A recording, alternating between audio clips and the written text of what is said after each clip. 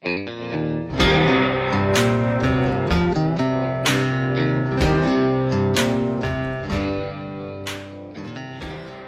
to Breaking the Barrier, a Western lifestyle podcast highlighting those breaking barriers both in and out of the arena.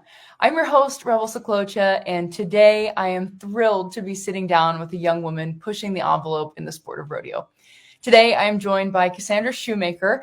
Her accomplishments in the arena are numerous. This year, she made history by being the first female steer roper to be named Rookie of the Year in the Wyoming Steer Roping Association. Not only that, but she's competitive in many facets in the rodeo world, including competing in breakaway roping, team roping. She also works ranch rodeos and is a barrel racer. Kassandra, thank you for joining me today. Of course. Thanks for having me. So to kick things off, you do not become this multi-talented in the arena overnight. Where did your love for rodeo come from, and how did you get your start?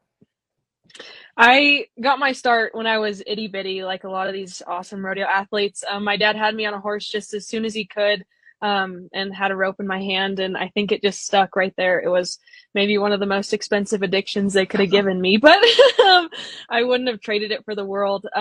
I grew up on cow-calf operation, and we grew up just ranching, riding horses, got into high school and out of high school. I showed horses all throughout that time period, through 4-H and FFA, really involved there. And really just being around horses, I fell in love with the horsemanship side of rodeo. And I think that's why I've been able to kind of switch events so easily, just because of how important horsemanship is to every event. Absolutely. Well, I think it's important to stress, given the long list of accomplishments and events that I just listed, that you are young and you are currently a student athlete and enrolled in college. Tell us about what you're studying and how that works hand in hand with your rodeoing. You bet. So I am a senior here at the University of Wyoming. I'm majoring in animal science with a minor in ag business. I'm also on the rodeo team here at the University of Wyoming, and that's been an incredible experience. And it's been fun to just meet new people. I mean, everyone says that the friends you make in college are the ones that you keep your whole life, and that's absolutely true. I've met some of my best friends, had some amazing memories, and I can't wait for the more to come in the spring semester of rodeo. But I've really enjoyed college rodeo because it's kind of taught me it's pushed me outside of my comfort zone. You know, it's a whole different atmosphere going with your coach and your best friends by your side rather than just showing up to a rodeo by yourself, you know, and kind of working through that on your own.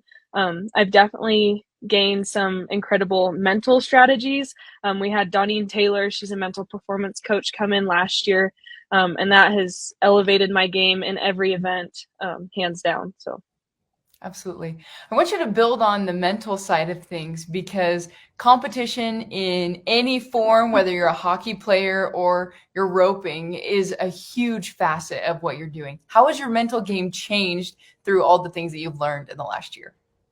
It is huge. I can't even articulate how important it has become, in terms of my roping and even just my horsemanship in school and everyday life. One of the big things that she came in and talked about last year was controlling the things that you can control. And when we step in the rodeo arena, when you step back and look at it, I mean, there's a lot of things that we can't control. There's a very small percentage of things that we can control, but we can control our attitude and the work we put in and how we prepare. And as long as we're preparing to win and we're setting goals, realistic goals, and reaching those goals, it's kind of how we should gauge our performance, and not necessarily if we caught or not, or if we won or not, or if we qualified for circuit finals or not, which was one of my goals this last summer that I didn't reach. But there's always things to work on, and making sure that you're staying confident through the highs and the lows, kind of evening out our bell curve is kind of what she talked about, is, you know, diminishing the lows and making sure the highs are just normal for you. Yeah, it's been a lot of fun it's been a very exponential growth curve, that's for sure. Absolutely. It's obvious you're a go-getter given by how many different events that you are entertaining.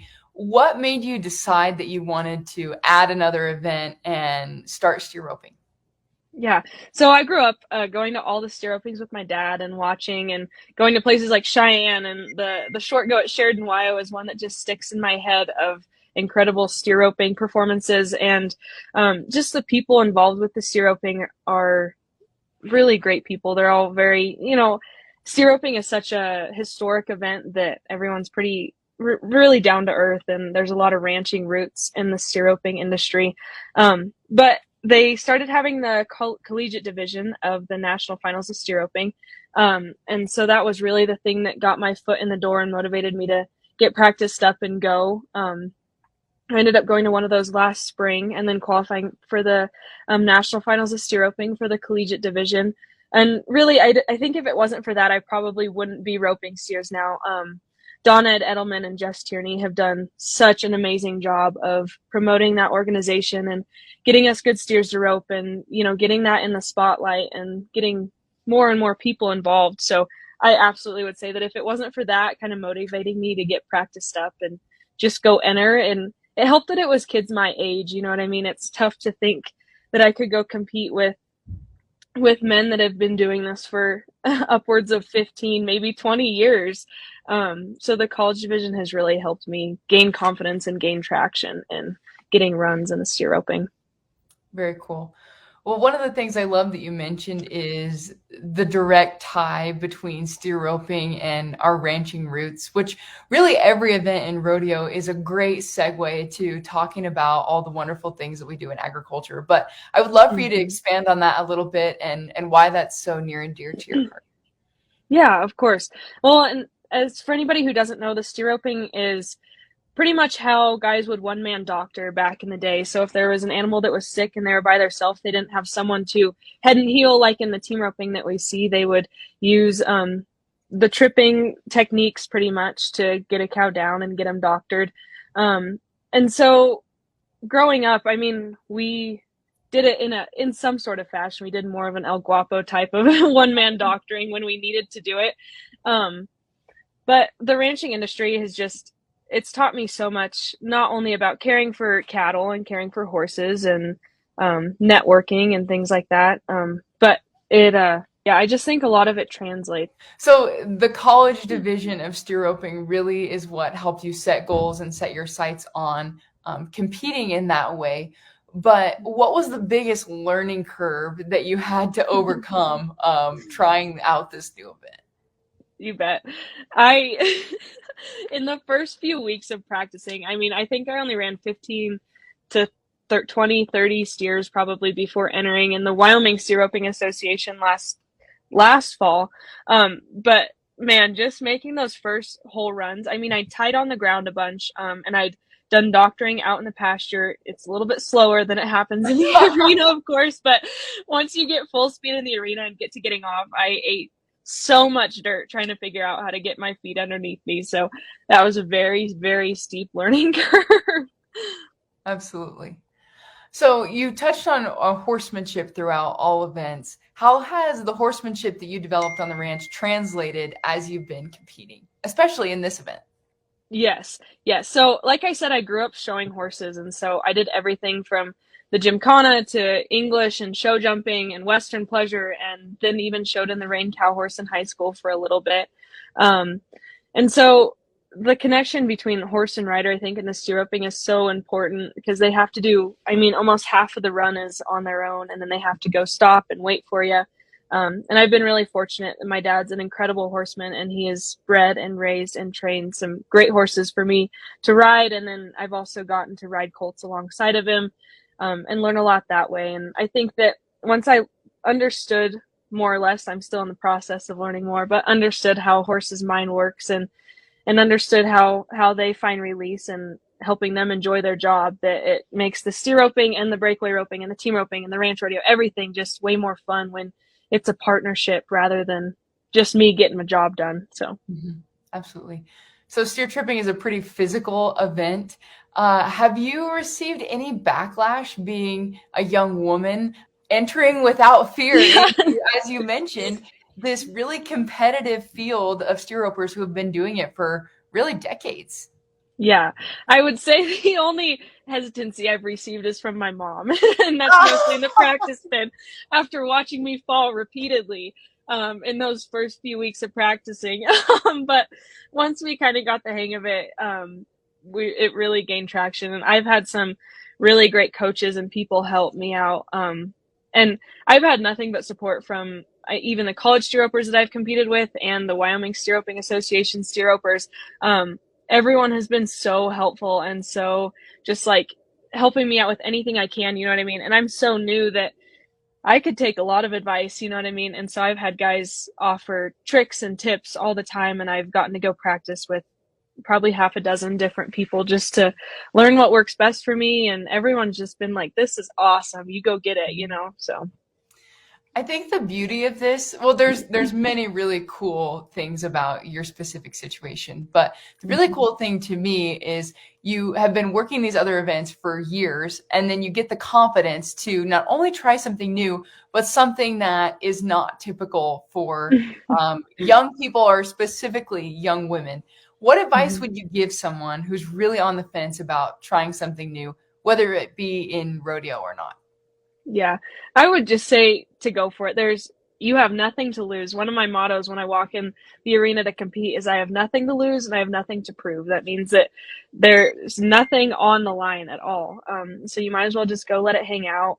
And if you have fun doing it, you might as well try it. You know what I mean? There's so many people that are willing to help out and mount you and help you practice and help you tie and give you advice that you just got to start the conversation and be bold, and it's really going to pay off. Absolutely. Horsepower is a huge component of all rodeo events, but especially steer roping. Tell us about the horses that you ride and kind of their stories. Yeah, so pretty cool story. The horse I rode at the college finals, the college steer roping finals, was actually the horse I showed all throughout 4-H. So he was the same horse I did show jumping on, and I rode him in the English like pleasure and Western pleasure and Gymkhana and the No Rain Cow way. horse. And yeah, it was awesome. So he's really near and dear to my heart, and it was awesome that I got to take him and compete at that level after we've won a couple ranch horse saddles and stuff like that together. And so my dad bred and raised and started him. And then when he was 5, I started riding him. So he's probably 19-ish now. So that's really near and dear to my heart. He's been my heart horse. I would absolutely say he's the one that I've learned a lot, and we've had our ups and downs and our battles and our highlights and stuff. And then I've also started riding another mare that my dad has trained in the steer roping, and she's been a lot of fun. She's a powerhouse. And then it's also pretty exciting. My dad and my family, we have a few horses in the pipeline up and coming. So I've been able to watch my dad and learn from him about how he starts them from the ground up in the steer roping, not just in the roping events. So that's been fun. It's a whole new game. So Absolutely. So outside of steer roping, what would you say your favorite event to compete in is? It's probably neck and neck between the breakaway and ranch rodeos. I've been fortunate enough to compete on some women's ranch rodeo teams. I went to the women's ranch rodeo finals in Pawhuska, Oklahoma last year. Had the chance just to compete alongside some amazing, talented women. And those are so much fun when you get to compete with the team, and especially when you get on a good team, you guys just go have fun and show your horses off and rope stuff that you don't own. It doesn't get much better than that. Absolutely. So every day it seems like there are more and more opportunities for women in the rodeo space with the addition of breakaway at the national finals and just more and more local committees really embracing women's events. How do you see this changing the game going forward? And does this excite you as a young person in the industry? Yes, absolutely. It's even just in the last couple summers, we've seen the number of breakaway roping or rodeos, including breakaway roping, continue to increase and double. And that's just so exciting. It gives women like me and even girls something to look forward to. You know, it used to be that once you kind of graduated college, there wasn't necessarily much of an outlet for the breakaway roping. And so now, I mean, there was amateur rodeos, but now with all the pro rodeos gaining traction, it's really excited. We're getting equal added money at big rodeos like Cheyenne, which is incredibly exciting. I can't wait to see how many more big rodeos continue to add equal money. And max entries out. I mean, they're having to limit entries because there's so many girls showing up to rope. And I think that's going to continue to be the trend for many years to come. And I hope that translates into other events. I mean, even the Women's Ranch Rodeo Association has continued to grow and get added money and added sponsors and added support. I just really hope that continues to grow, that women can continue to show off their, their aspect of rodeo. And yeah. Absolutely. Well, from the collegiate level to pro rodeo to the ranch rodeo associations, there are consistently more and more opportunities and a heck of a lot more money up for grabs. So I personally am very excited to follow along as well. You also are a WPRA card holding member. Just walk us through your goals for the next year or so when it comes to any and all of your events. Yeah, you bet. So like I said, this last year, I'd kind of set a goal to make the circuit finals. I ended up being $600 or $700, just a couple of places out of making the circuit finals. In the coming year, that is still going to be on my, my journal of goals and on that list. I have some up and coming breakaway prospects that I'm going to continue taking and seasoning, and then taking those pro rodeos, hopefully by the end of next summer.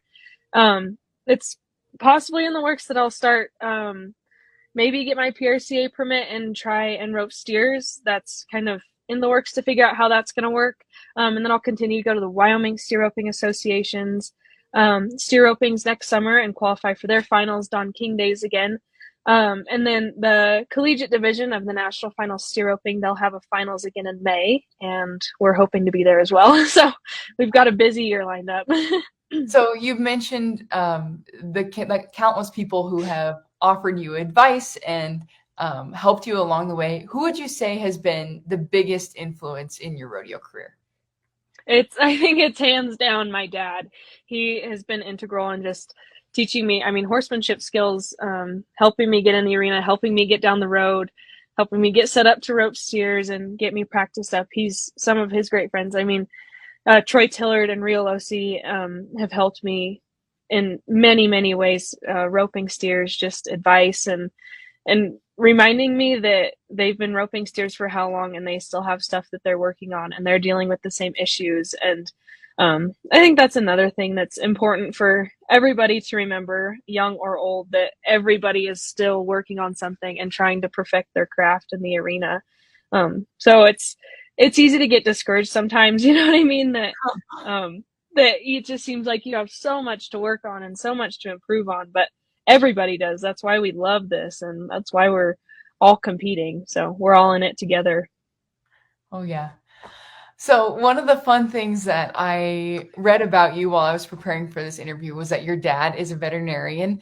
My mom is also a veterinarian, so I am also very grateful to have that wealth of knowledge. Yeah. Have you gotten any information from your dad from, the health side of things that you think has really been beneficial throughout the years? I would say going down the road, definitely I've gotten to learn from him and get advice from him about keeping horses healthy. And I have a really great vet box put together in one of the college rodeos. That's the best part. Yes, exactly. People need stuff, looked at or cleaned up or bandaged, and they need advice. You know what I mean? I think that's been really helpful, and I enjoy being able to do that. You know what I mean? I actually just applied for vet school a few weeks ago, so we're waiting to see how that turns out. But I really enjoy that, and I worked for my dad this summer, learned a lot about that, and he also works on a lot of PRCA cowboys and WPRA cowgirls horses as they go down the road, and I get to kind of learn about some of the struggles they deal with, just keeping horses healthy and joint health is a huge deal in performance horses, and so I've gotten to learn a lot in the last couple of years about how to not alleviate that, but to, how important it is to stay on top of that. So my horses, and especially my teammates' horses, they're like, well, what do you think? And I'm like, well, you should probably take him to a vet, like that's all the advice I have.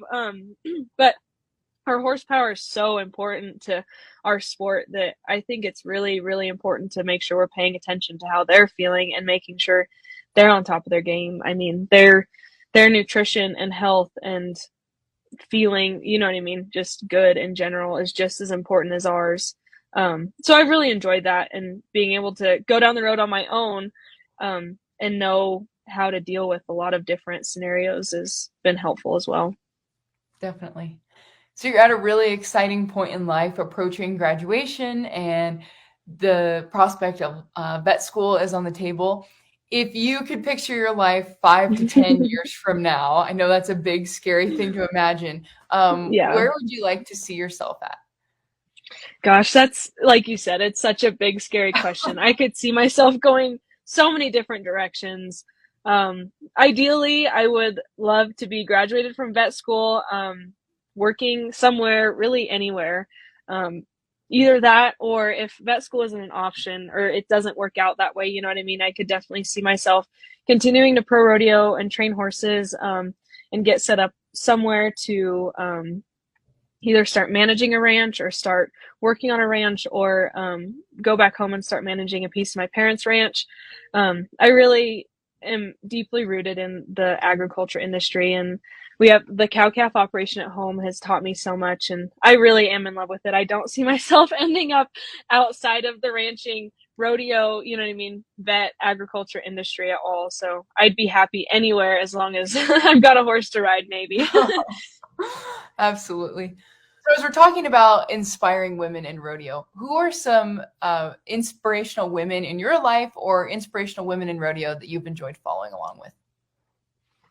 Boy, there's so many that I could list off. A few years ago, I got to go to a Larry D. Guy breakaway clinic, and she just inspired me. I mean, from the horse training aspect, she's really big on the horses and the horsepower. I've learned a lot from her and her roping style. Erin Johnson is also a huge hero of mine, and I'm lucky enough to live in the same state as her. So I get to go, you know what I mean, to jackpots alongside of her, and I can send her videos and ask her what she thinks and get advice. And she's just an idol in my eyes. She ropes great, rides great horses, and she's just a great, genuine person. There's a whole laundry list of gals, I mean, that I've gotten to ranch rodeo with and just practice with and ranch with. I mean, there is hands that never reach the rodeo arena. A lot of because they, you know what I mean, they're busy at the ranch and they do a fantastic job there, and they train great horses. Yeah, those gals on the breakaway have been really inspirational to me just because they rope so well and they do it at a high level, and Erin has a family and does all of that. That's just incredible, and it really shows, I mean, the power of women, that they can have a family and still go down the road and accomplish so much. Absolutely. So as we round out our conversation today, what piece of advice would you give 8-year-old Cassie if you could visit with her today? Yeah, I think my biggest piece of advice would be not to argue with my dad so much, and maybe to take his advice the first time, but just to trust the process, and to be confident in whichever direction you're going. Like we talked about with the vet school thing, there's been a lot of up in the air about where I'll be in the next year, let alone the next 5 years. And so I would just tell her to start then. Just be confident in the direction you're going, and if it's not the right direction, God's going to redirect you. And you've just got to trust that and go full bore, do whatever you love, and it's all going to shake out in the end.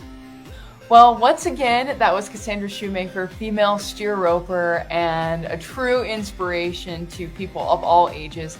I am so looking forward to following your journey, and I'm so grateful that you decided to spend some time with us today. Heck yeah. Thank you, Rebel. Thanks so much for tuning in to this week's episode of Breaking the Barrier. As a reminder, all previous episodes can be found on Spotify and Apple Podcasts. Thank you to the Rural Radio Network for their support, and we'll catch you next time.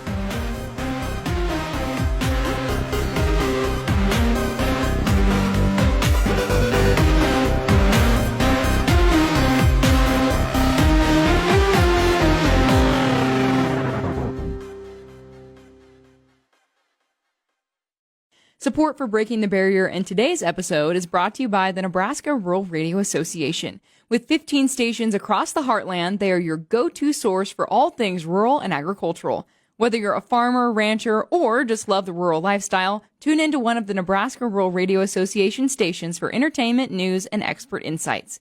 Visit ruralradio.com to find a station near you.